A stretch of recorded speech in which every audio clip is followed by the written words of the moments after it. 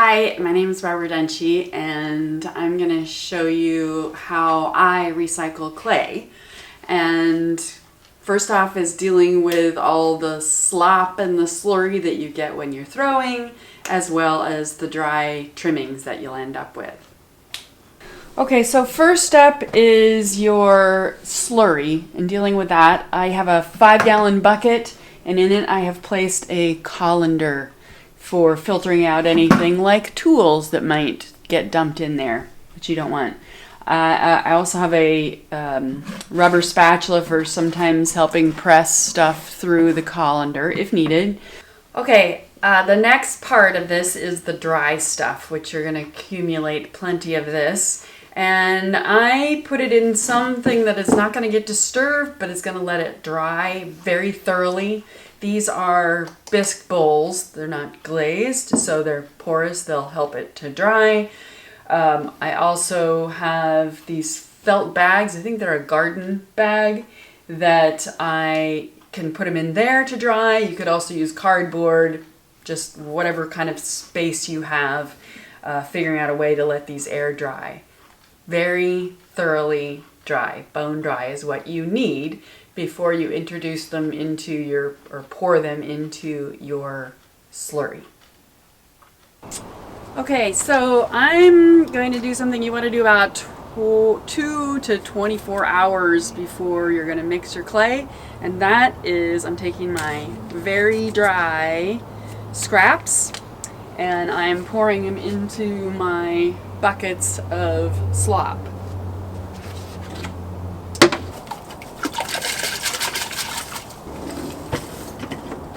And I'm just going to do this one for now. I've already poured this in here about 24 hours ago, some of the scraps in there. And on that note, I do have 3 buckets here, but it's kind of because I was waiting to make the video, so I was accumulating more. But it's really a good idea to keep the system going. Like when you get one full bucket, do that one, you'll get 2 to 3 bags of clay slurry going, and it'll be a little bit nicer movement of the cycle. This is my recycle station, and I'm very lucky to have it under cover and outside because these things are gonna drip. So if you don't have this situation, you need to have something it can drip into, like a 5-gallon bucket. So you also need to hang these bags. So these have clay in them, and I'm going to set up a hole. I think I'm going to get about 6 of them on this, and they're about almost 20 pounds once they first get the clay poured into them. So you have to account for that when you're hanging them and the number of them that you're going to need to do. And this thing is about 32 inches tall and about 48 inches wide. My particular thing. You can figure out some other hanging thing. Okay, so I have 3 5-gallon buckets that are full of slurry. So I'm going to go ahead and pour in 100 cc of hydrogen peroxide to each bucket. So if a bucket is full, that's about how much I use. So like that, if you can see that.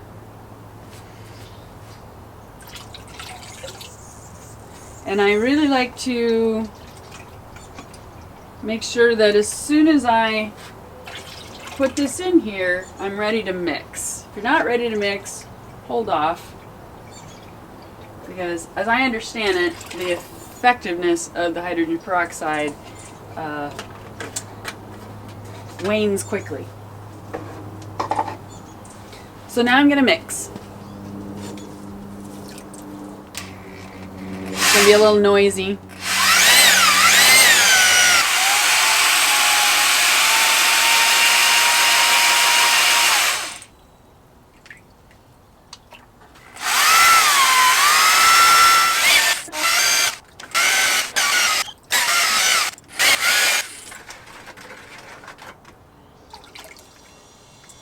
Okay, that looks pretty good.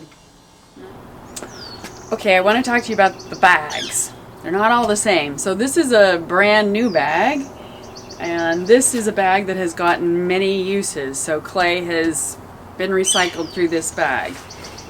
They have, when I take the clay out of the bag, I get the crumblies, and I don't worry too much about getting every crumbly out of there, but I do, you can kind of hear that, I put them into this felt bag or a box, however you're drying out your dry scraps.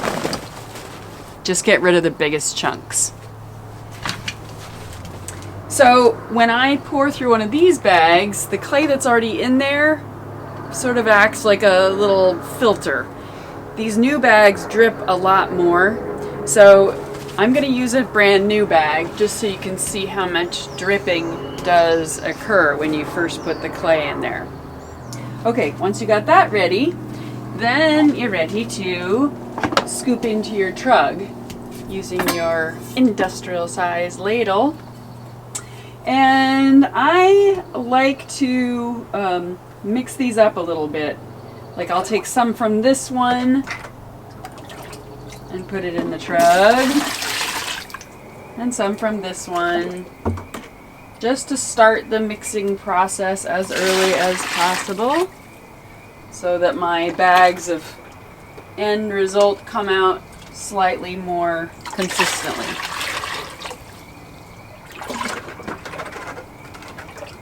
So I start with 4 ladlefuls, and then I pour it into this bag here. And that's the beauty of the trug. Okay, so now I'm going to do 5 more ladles.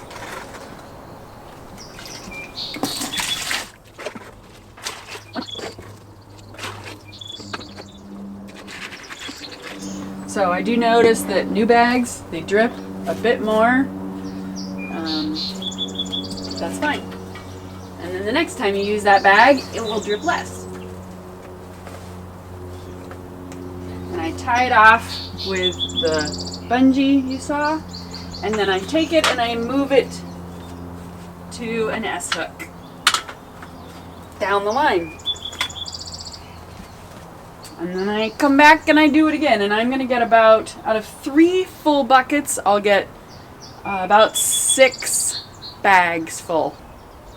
Okay, so I've now done a second bag, and you can see that how differently they're dripping. They're both dripping somewhat, but this one, you know, there's a clay barrier in there.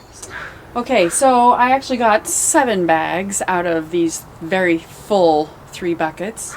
Also, I don't know if I mentioned, but you definitely want to visually inspect the bags to make sure there's no rips. And if there's any rips or holes, you just retire them. You can't repair them. Okay, so now I'm going to use one of these bags that has gone through the recycle and it has had time to set up. At some point I usually put them into the heavy plastic bags that the original clay comes in. So I hang on to those just so it can equalize and not dry out too much. And then I'm trying to be kind to the bag. Don't rip too much because you want to be able to use these again and again. And I just open it up, and there's going to be little crumbs, but you just don't worry too much about those. And I just invert it.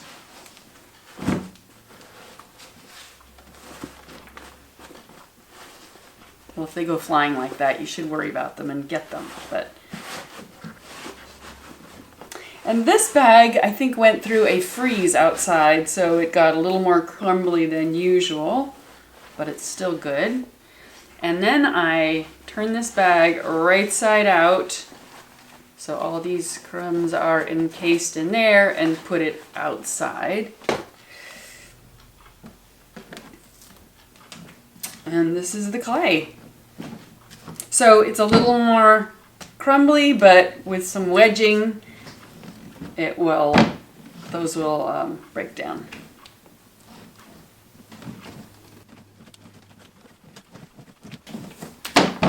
Okay, this clay is a really nice consistency, and you get there to a consistency that you like by feeling the bag and checking on it, and when it's ready, then that's when you use it. And it's just sort of an experiment along the way. So that's my system. I hope that helps somebody out there, and thanks for watching.